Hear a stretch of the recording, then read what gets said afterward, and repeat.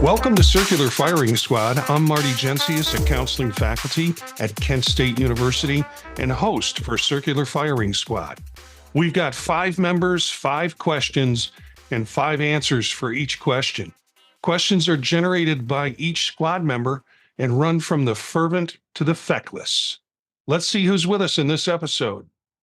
Hi, I'm Stephanie, doctoral candidate at Kent State University, clinical mental health counselor, and co-host of Grad School Deconstructed.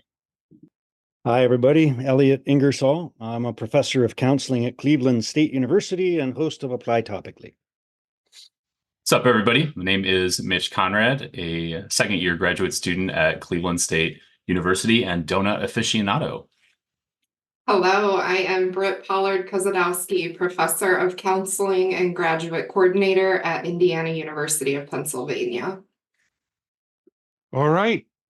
Stephanie, you've got the first question. Okay. So I'd like to know, what previous negative experiences have you been able to restory as you got older? This was a really interesting question. The thing that came up for me was abuse episodes that were obviously difficult, but right about that time, that's when my uncles decided, they kind of took an interest in developing my masculinity and wanted me to get into the hunting and the fishing, and I loved them. But I wasn't really that into their activities.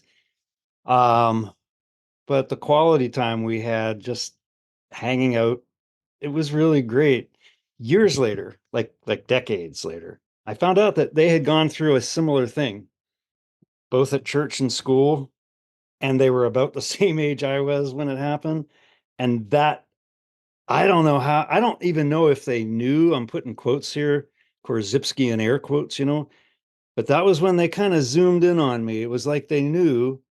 And that attention it was a very necessary balm for me for the rest of my life. It was really amazing. So if there's some kind of a afterlife, I'll ask them about it. But, I don't know if they knew or they just sensed or that was just what they were doing. But that was interesting. That's the cool thing about getting to be old. You start to put pieces together that wouldn't have occurred to you 40 years, 50 years earlier. Love this question. I've been thinking about especially like narrative therapy a lot lately, and the idea of like restoring experiences is something that I think that I've kind of done throughout my life, but I find it to be like this active process now that I feel like I'm trying to do more often. I can think of something recent, which is like searching for practicum and internship sites. And there's always a lot of like, I've applied to, over a half dozen sites, and there's always this expectation that I notice myself having when I go in about like what I expect the person on the other side to be like, what I expect the place to be like, how I expect to maybe fit in or how they expect me to fit in. And sometimes I have high hopes or expectations, and sometimes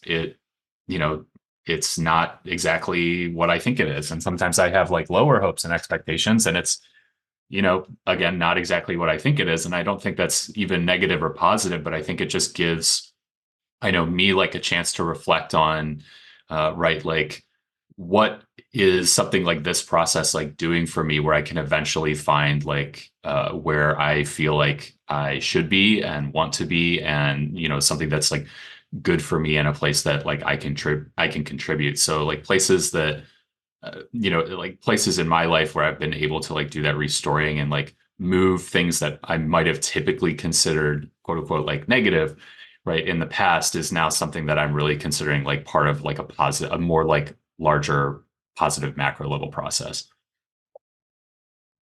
This question threw me for a loop. I was not sure where to take it. And what I initially thought about was, I don't know that I'm much of a restorier. And so I appreciate you, Steph, because you gave me something new to learn about myself, something I hadn't really considered before. I think I'm more of a accept things and acknowledge things for what they are. And, certainly trying to find, I guess, the silver lining or the growth opportunities when I can. So this gave me a lot to think about, which I appreciate. I would say what I came up with was thinking about my time as an undergrad.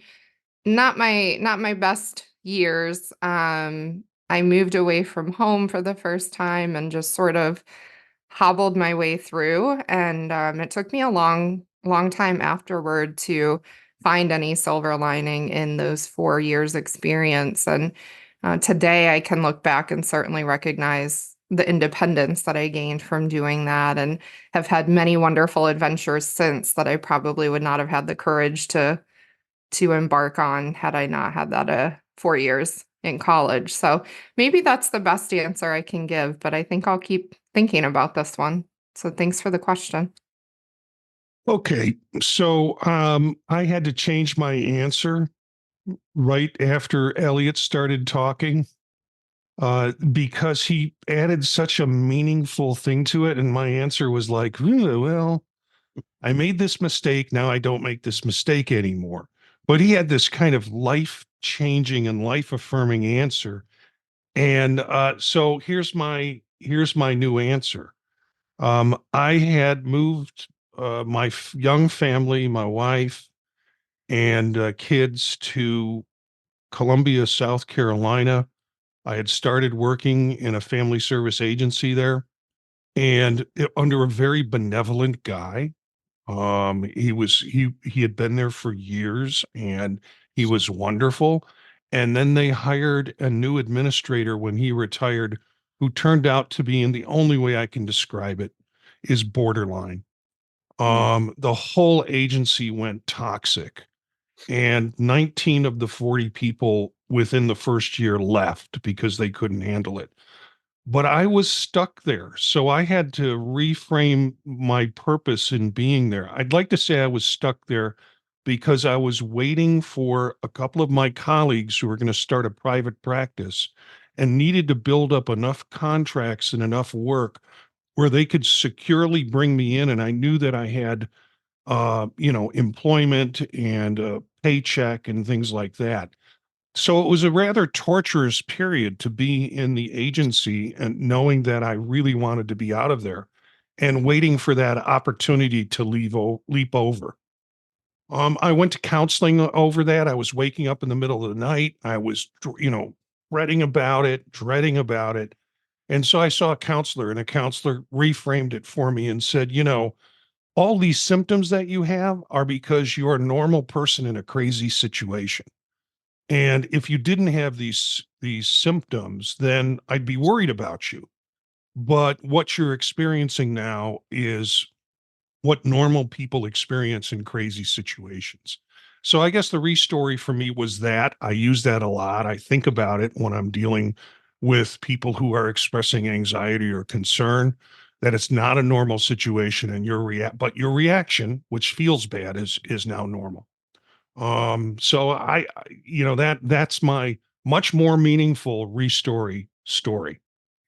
Thank you, everybody. I really appreciate these answers and the thought behind them. I also maybe wasn't expecting it to get so deep, but I'm grateful that it has. It's nice, and I appreciate everybody's willingness to share. My very first part of my answer was kind of more like music. Like that's gonna be my superficial kind of level, where other things where I had negative experiences maybe with certain bands or things that I used to enjoy, I can look back now, maybe after time has passed, and I can listen to them again. I can find it, it doesn't have the pain or the sadness or the frustration or rage, I don't know, that maybe had tainted it for a while. So I really appreciate like when I can do that and reclaim in some way some music that I liked, and through no fault of the music, I had to stop listening to it and take a break for a while. On a slightly more meaningful level, I think my academic professional trajectory and experiences have kind of helped me redefine or restory parts of my experiences in the past of developing, or maybe just where things were out of my control, and getting to have more chances to maybe not attempt the exact same thing, but something even more meaningful to me, and to go through it and have a completely different experience now. I can look back, for instance, the not finishing law school situation that I've mentioned on the podcast before. So it's just really great to have a different experience with colleagues, with faculty now in the counselor education and supervision program. But it's that's the part that has really been a big change in my life. All right. Well, my next question was, how do you see your academic career winding down? But maybe you're thinking of another career, and if you don't have an academic career yet, but that's the question, and feel free to modify it to fit your situation. Yeah, so I have this kind of mantra in my life, and I can't remember if I've mentioned it on here before, but it's the idea that there's often more than one good choice. And I feel like there's a lot of good choices in terms of what might be in my future in an academic career. There's a possibility that, my academic career ends with a master's degree. I doubt it.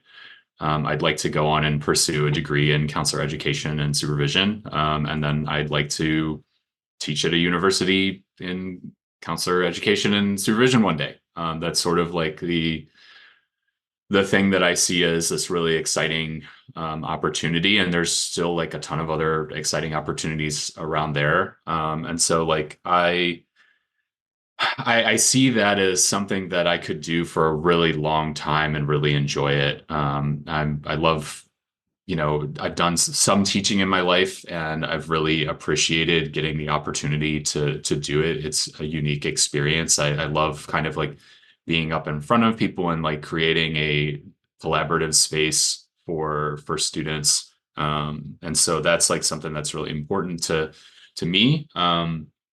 Then there's also the idea of if not counselor education, then there's programs that I'm interested in around the country that are researching psychedelics, and so that presents with a very different kind of doctorate type route. But I think the end goal is still to do counseling, provide psychedelic assisted therapy for me. But at the same time, there's lots of different options in terms of ways that I could see my academic career ending. But I think at the end of the day, I hope that it continues as long as possible, because I really do love being in academia.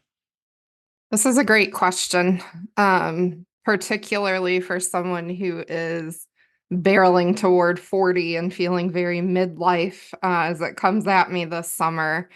And I also find myself at a professional crossroads right now with some organizations and leadership experiences that I've been involved with, and not really certain about where my future with that lies. And so I had a good conversation today with my husband about this question, and we had very different answers of what we envisioned for the end of my career, which I found really interesting. My vision today, which will probably be different tomorrow, is creating maybe a 5-year plan for myself as I near the end, and tapering down slowly.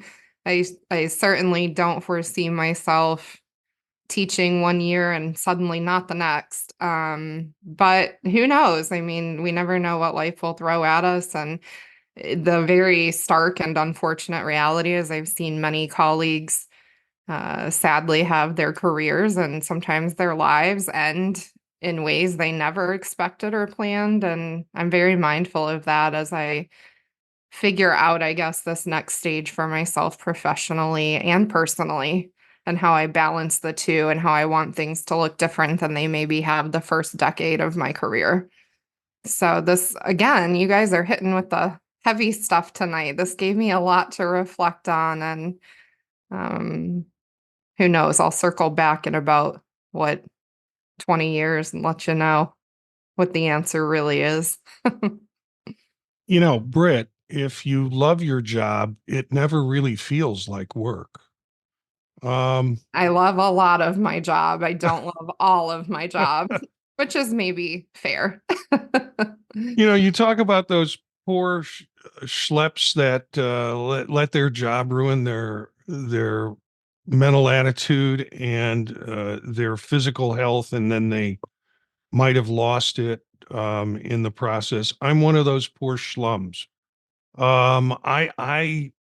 The question was, how do you imagine your academic career ending? Toe tag.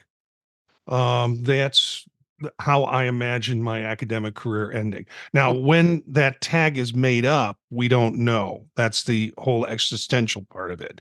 Could be next week, could be 10 years from now. Toe tag. My first thought was, I imagine my academic career ending before it even begins. No, that was just more tongue in cheek, just because it's taking a long time to get going. But that's okay. I'm fine with that. While I don't see myself becoming tenure track, I would love that, but I don't know how that might be feasible necessarily at this point. But I see it more on just always being connected in some way, hopefully teaching a class or two, but also really doing more in the writing and perhaps research areas. But it's going to be more of a drip or pitter patter in some way, just kind of going through. But I think, as Brittany was saying, this might look completely different tomorrow, and that would be really nice as well. Good answers all. I like to imagine it would kind of go down like Britt was saying, got a 3 to 5 year plan and I'm kind of winding down, but I don't think that's going to happen. I'm getting really aggravated with our administration, and I'm about to launch some guerrilla bureaucracy because these people they're not even well intended. And I feel like there are counseling programs popping up all over at BW, at Miami of Ohio. Oh, that'll be a diverse program. I mean, good Lord, I can't freaking believe it. And they're just acting like, oh, nothing's happening. And every time I go in with numbers and needs, they get this vapid look. They look like Adam Sandler. And I imagine they're going to say something like, is there going to be stuffing with supper tonight? I'm like, what is wrong with you people? What the, and I just want to grab them by the lapels and lift them off the ground and shake them until their teeth fall out. So I'm working on that. And getting resources for a program is always a challenge. But I feel like we are steeped in stupid. And that's the higher education. I'm like, how do these types of people get into the best jobs in the universe? I do not know. So toe tag would be fine. A 5-year plan would be fine, but I have a feeling it's not going to be that. I'll keep you updated. All right. Speaking of universities, assuming that your university would pay you the big bucks for this, which counseling elective would you like to create and teach from scratch? Mitch, this is like the question I have waited for all my life. One of my absolute favorite things that I've started doing and have come to be known for in our department is developing new electives every summer. Unfortunately, I've had great support in doing it. I have ideas constantly, some a little more off the wall than others. Something I would love to maybe do in the next year or two is a creative writing in counseling class. We've done creativity and counseling. We've done some other creative avenues. I'd love to see something focused on writing. I would also love to see an elective focused on, as I mentioned last time, my person-centered roots, focused on what do we really do with the core conditions and like taking that to the next level.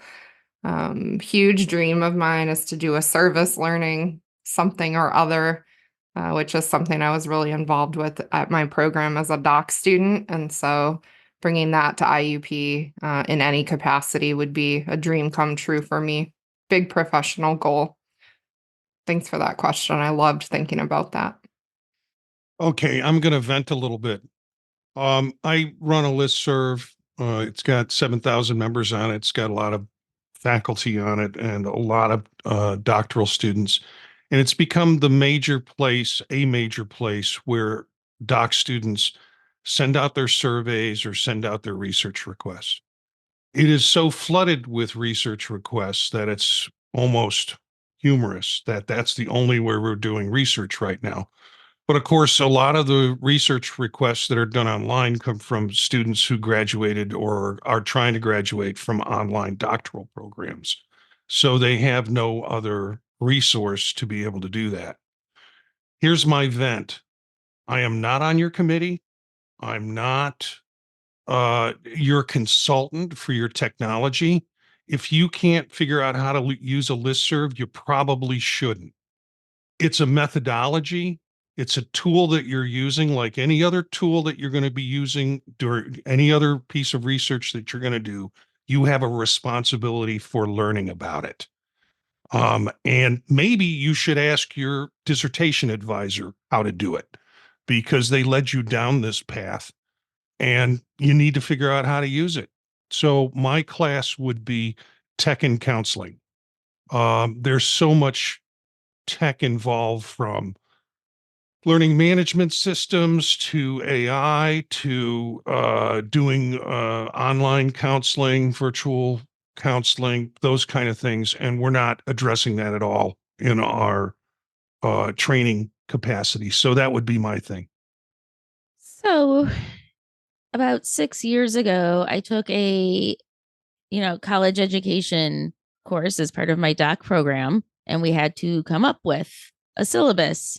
And while a lot of my classmates, did theories or kind of rehashed courses that exist, although I understand, what they were doing and it was very nice, I was kind of like, I'm going to make up my own class.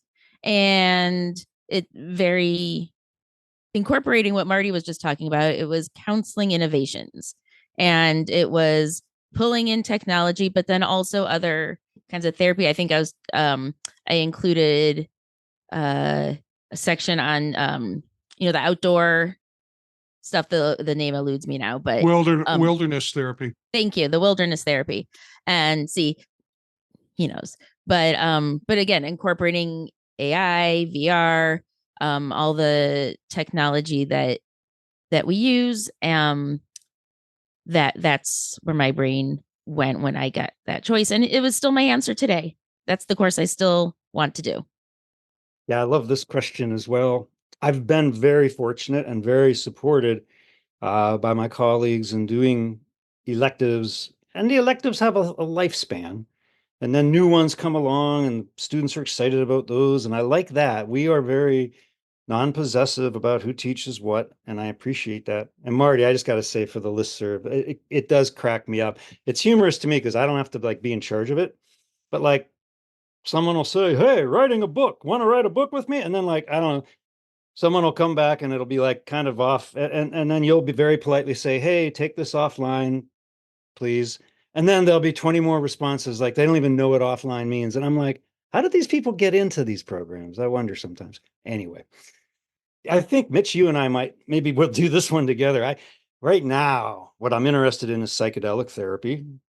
And we have a 2-session module in psychopharm about Schedule I drugs and how they can be used to treat psychological suffering. I'd love to turn that into its own elective course that would segue somehow with the MAPS training, or a training one of our professors, Dr. Dakota King White, she revised her counseling children course so that they also get a certificate in trauma, the stackable credential. And it would be great if our students could get a certificate in being a therapeutic sitter in a psychedelic session when they took the class. That's what I'd love. Hope I didn't scoop your answer, Mitch, because I know you love this stuff too. I think we knew that we might scoop each other's answer here, and it was just about which order it was in, right? This is probably a question, right? Yeah, it sounds like we probably need to have a chat about that. Yeah, I really would love to, and I'm not sure when the readiness for it is, but MDMA is going to be legal in Ohio. It looks like this year, and then psilocybin eventually, and among other opportunities in the future. And I think that there's eventually a time where there's going to be A, there's going to be a need for people to do the sitting work, and B, there's going to be an even larger need. And I think potentially, maybe when I'm much older, an enormous need for integration work. And so like people getting referred out, because there's only going to be a limited amount of people who can sit with clients and provide this type of therapy, because you'll need like special certification. But integration work, that's a conversation, right? At least to as like who is a good candidate to provide that type of therapy. So like, yeah, I've certainly got ideas for that. I don't know about like what it looks like to eventually create like a 12-week course, but I feel like, part of me thinks that I'd love to like teach that class tomorrow. Like I've gotten to the point where like all my projects are in grad school, or like I'm trying to cater all of my projects towards like learning about that and being able to like provide information. And I think it's really important to have those conversations, because I think some of those conversations can be like uncomfortable about like, what is it like to talk about like, being on a psychedelic? What does it mean to talk about like a client being on a psychedelic? And what is it like to like hear their experiences? And how do you work with them in counseling to affirm and be interested and validate, these sometimes, life-changing and sometimes crazy experiences that people have. So like, yeah, that's something that I definitely see in like, whether it be 5 or 10 or 15 years, as being something that like a ton of people are going to be interested in. And I imagine that class would fill up pretty quickly. And on a related note, Mitch, you probably saw this. Oregon recently retracted their law that allowed for pretty much possession of anything. And you and I have talked about this, the importance of structure, keeping it so it's not misused, keeping it legally safe. And you could cover all of that in a course such as the one we've mentioned. Right. Yeah. We'll chat. I know I have a ton of students who would love a course like that, even today. All right, next question. What is the biggest lesson that you have learned from your students or clients within the past year? I had a hard time trying to figure this out. But I'm teaching group work, and with group work, we do actual groups with the students, meant to be growth groups, not counseling groups. And where I'm feeling I'm learning from the students is that you really have to know yourself before you can try and know somebody else. Uh, Students are moving so quickly out of undergraduate and into counseling programs. They haven't had a chance in their life to begin to know themselves. And so, where the problems occur is not knowing yourself well enough to be able to work with somebody else so yourself doesn't get in the way, whether that's your ability to soak up their sad feelings or whatever it is that gets in the way of being present for someone. Sometimes it's just not listening well because you're so much inside your own head. But yeah, it would be the importance of knowing yourself. And if there is some way we could accelerate that process in a graduate program, I think we would come up with better outcomes with our students. Because our students are walking out of the program, and not saying it's just Kent students, but I see a lot of students walking out of the program and being drawn towards, and they're seduced to it by the term empirically supported research, empirically supported practice, because it's easy. They can go do that and they don't have to know themselves in the process.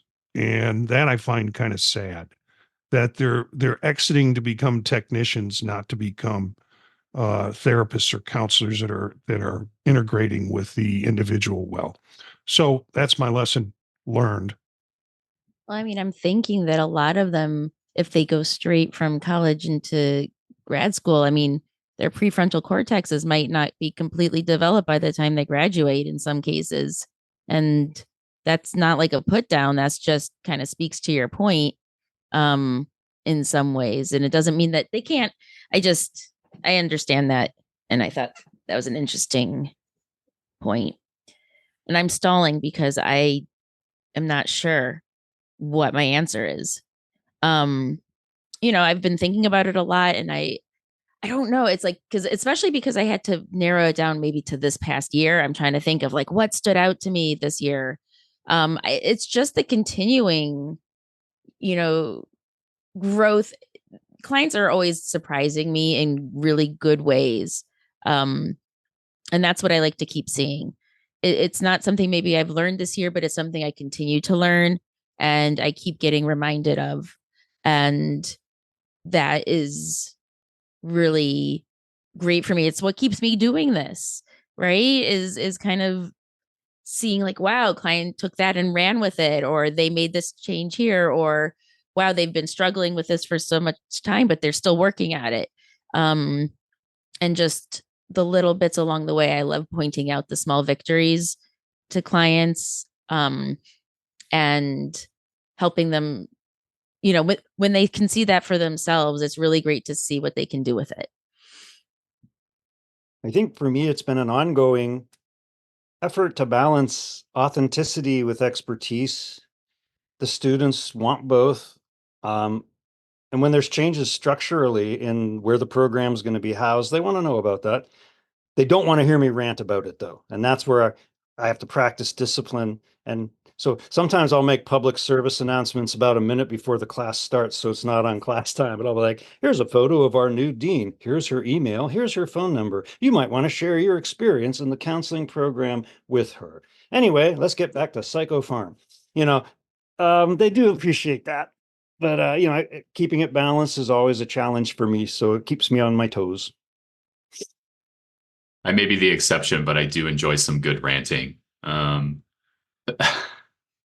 So I may or may not be cheating because this question says in the past year, and I think it's like approximately in the past year, like to the day.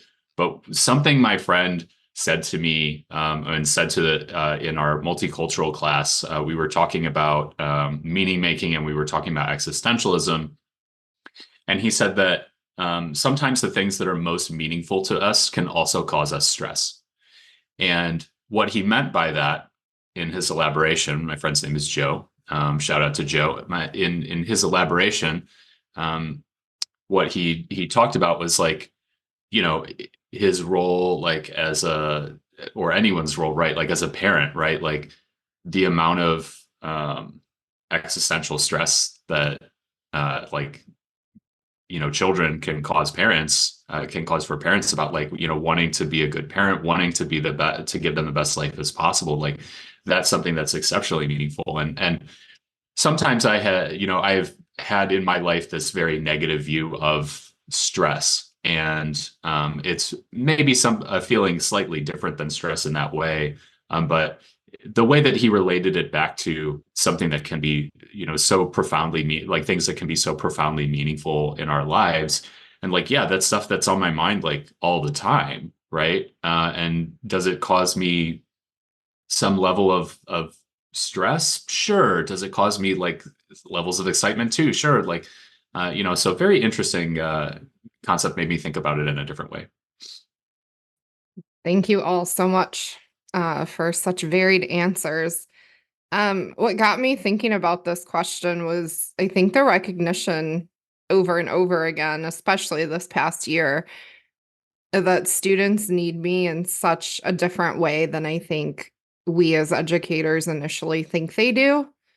And so what I mean by that is, I mentioned earlier being at sort of some professional crossroads, and those have led me to approaching things differently than I have in the past, probably within the past year or two. And that's my education, my supervision, all the things that I'm doing. And I found that when I sort of take my foot off the gas in certain ways, they are able to put their own feet on the gas pedal and move on and don't need me in the ways that I thought maybe they did. And it's been really exciting for me to recognize that. It's been so exciting for me to have reaffirmed that they rise to the bar that we set more often than not. And just to see their capabilities, their resilience, their own creativity have room to shine, I think has been really, really cool. I'm thinking of an elective this past summer in particular that I taught. And, one example is I just left their final assignment completely open-ended. And they blew me away. And of course, folks were a little nervous at first. Well, give us instructions, give us structure, give us all the details. I said, no, you got this, figure it out. And they came up far and above anything I could have ever imagined or assigned to them, which led to a really powerful final class experience together. So just one of many examples I could give, but yeah, I think that's been a neat realization for me this past year. All the questions have been heavy today. And that's because we've got 3 squad members who canceled on us at the last, I don't want to say at the last minute. And, we put this together, we get the questions, I get the questions, I put them together. And all of the sillier questions, I think, were with people who then said they couldn't make it tonight. So we pair away from that. And what we've got is this really, truly deep, not so funny kind of show. So I'm going to ask a even more scarier question. What's your reoccurring dream or nightmare? Well, Marty, I'm glad you asked this. And I'm glad you asked this because I do have 2, and one I've already mentioned on this podcast previously, which was throwing up on the dance floor. All right. So now that everyone's familiar with that one and I've, gotten that image in your head, the other one actually is really, I don't even know. I do know, but it's okay. Sorry. It's after 10 years, for whatever reason, my partner just decides, nope, I'm done. And just in front of me. I don't know. It's weird. It's just kind of crazy. It just leaves me out of nowhere. And there's no bit of this happening. It's been there forever. It's just my deep. That's the one that keeps happening. I always wake up and I'm like, there it is again. I don't know. That's the one I have. I really don't have good dreams. I don't have good dreams. The last time I had a good dream was like 1983. So there it is. It's always anxiety producing, just heart wrenching, awful things happening to me in my dreams. And it's multiple times a week. How do I fix this? Is this the psychedelics? Can the psychedelics help with this? Possibly. It's Possibly. possible. I can tell you what will help with it, but I wouldn't recommend it. Ever since I've got long COVID, my dreams have become increasingly, oh man, I'm blanking on the word. This is brain fog. Lucid. Thank you. Yeah, they're more lucid. And I think before it was usually something bad happening to those I care for, and love. And now if that happens, it's almost like I can turn a dial. And I have a dream bear. He comes into the dreams with me. This is Buxley. Come on, Buxley, say hi. Hi, Buxley. Nope, I didn't bring pastries. Okay, we'll get back to that. Anyway, yeah. So now that's been the silver lining for me with long COVID, a whole new vivid experience of dreams and more control over getting out of the bad ones before they fully, blossom. Yeah, so this is an interesting question. I've got like 2 that really stick out, and they're like pretty common. One is like, and I've heard that other people have this too, is losing teeth. Mm-hmm. And there's a permanence to it that I quite dislike.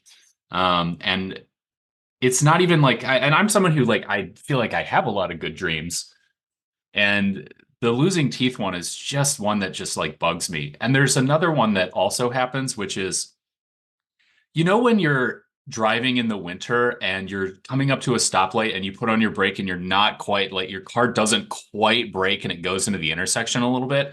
I have dreams about driving and doing that all the time. and it messes because I drive a lot in my dreams for some reason, and it messes with my reality of driving around where I'll brake so far before the light because I'll be thinking about what happened in my dream last night and last week and last month. So two things. But yeah. I wish I had such vivid dreams. I feel like a loser over here. I don't have many dreams that I remember, and the ones that I do are not really recurring, honestly. What does happen to me, probably more than I hope it happens to other people. You know, when you're like sort of in that twilight, like you're almost asleep, and then all of a sudden you feel like you're falling and you jolt awake. That happens to me with regularity. And so I'm not really sure what that's about. Perhaps when I talk to my students about Gestalt tomorrow night and we do dream work, we can talk about that and I'll get them to give me some free analysis, but I'm not sure. That's really the only thing that came up for me. I used to know the answer to that, Brittany. Now I have to look it up again, Yeah. but it's the startle reflex in there. Yeah. You know, but yeah. There's a I lot of know I read it. yeah, there's a lot of neurological stuff going on when you're in that in-between state. And so that startle response is more common than not. Interesting. Maybe it means I'm brilliant. I'm going to go with that answer. Okay, whatever you need to dream is fine with me. Thanks, Marty. I would say, I would jokingly say hot dogs chasing donuts down the street is a reoccurring dream that I have. But really, it is zombies. And I don't watch a lot of zombie stuff. It's zombies, or it's this, I've got to get away from something, or I'm trying to get out of something. And I have people around me that are delaying me from doing it. And it's like, you don't understand. We have to, whatever it is. And sometimes zombies are involved and sometimes zombies aren't involved, but more so it's zombies. And I am also a sleepwalker. As a child, I was a sleepwalker. And so I am very animated in when I'm sleeping. And if I get into a fight, I will physically get into a fight in bed. I will shout out. I'll do all sorts of things. My poor wife.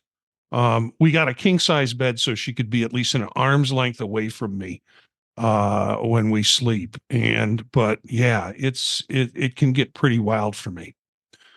So I think zombies. the king size bed has saved many a relationship. Yeah. Yeah. Well, it's Mhm. yeah, I think it saved Aileen from some injury or bruising on my part. Not intentional. So we've been through all our questions. We've got a final shot question. Something others drink but you will never try. I I don't know, because I even would try the stuff that they spit in when they make it. So I'm not sure. I'll let you know when I find it. Is that called the Alice Cooper? For me, I don't even know how to pronounce the gosh darn thing. It's a kombucha or kombucha. I'm like, what in the Kombucha name is of good. God? I like kombucha. No, Aw. Elliot, Oh, you took my thing, man. sorry. That's okay. Well, it's equally hideous to many people, and I think that tells us something right there. Yeah, for me, it's like variations of like that LaCroix stuff. Whatever it is, I think like some people like a lot of people like love this stuff and continue to like have convinced me to try it, and then also convince me to try like other variations of it now. Like there's different like flavors and different like levels of like fizziness, and like I'm done with your like fizzy, bothersome water encounters. I'm sorry. They probably even have a kombucha LaCroix. They probably do. And well, kombucha is naturally bubbly. And I'm sorry, I know this is final shot, but Mitch, you made me think of my answer, and it's the Spindrift. I tried it once. It's the bubble water, but with some juice in it. It's disgusting. People love it. Someone suggested Gross. that to me the other day. Oh my God. Y'all are not going to believe my answer, but it's beer. Never tried it. No interest. It stinks. I know I'd hate it. And I go back to kombucha. I actually, I heard how it was made, and then I looked it up, and then and when I wrote it down, I had to get the right spelling. And so I looked it up to find out what I really don't like about it. And it's this series of fermentation and extraction and getting some other stuff like you're making yogurt, and that no, never going to do it. Never have done it. Never will do it. Thanks to the firing squad, Britt, Stephanie, Elliott, and Mitch.